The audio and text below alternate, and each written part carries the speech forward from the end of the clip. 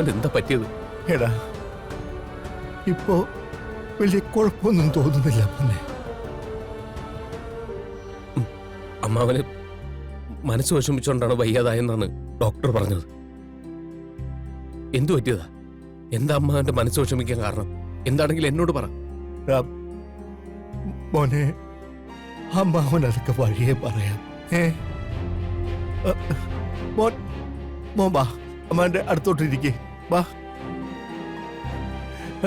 ചില കാര്യങ്ങളെ എനിക്ക് മോനോട് സംസാരിക്കാനുണ്ട്. വാ, ഇരിക്കേ. വാ വാ.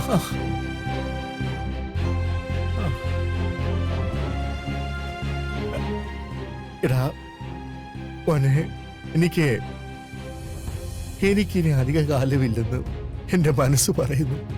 അയ്യോ അമ്മാവ, അവസാനമായി നിന്നെ എനിക്കൊന്ന് കാണാൻ പറ്റുന്നു പോലും കരുതിയതല്ല. നിന്നെ എപ്പോഴും കാണണമെന്നുള്ളൊരു തോന്നല്. അതാ നകുലനെ കാണാതെ നിന്നെ കാണണം ഞാൻ ഡോക്ടറോട് പറഞ്ഞത്. എടാ മോനെ, എന്റെ മോളെ നീ പൊന്നുപോലെ നോക്കുന്ന എനിക്കറിയാം.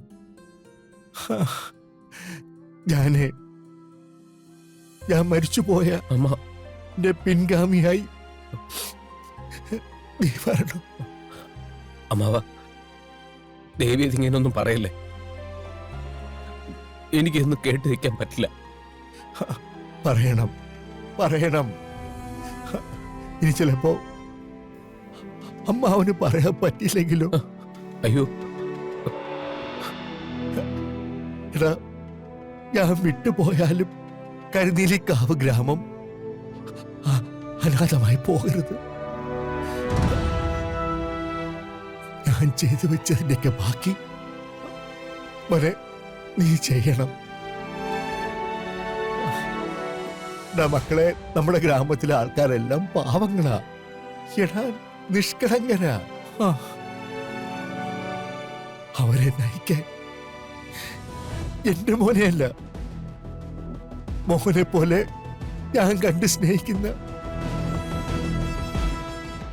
എന്റെ മരുമോനെ ചുമതലപ്പെടുത്തുന്നു. അമ്മ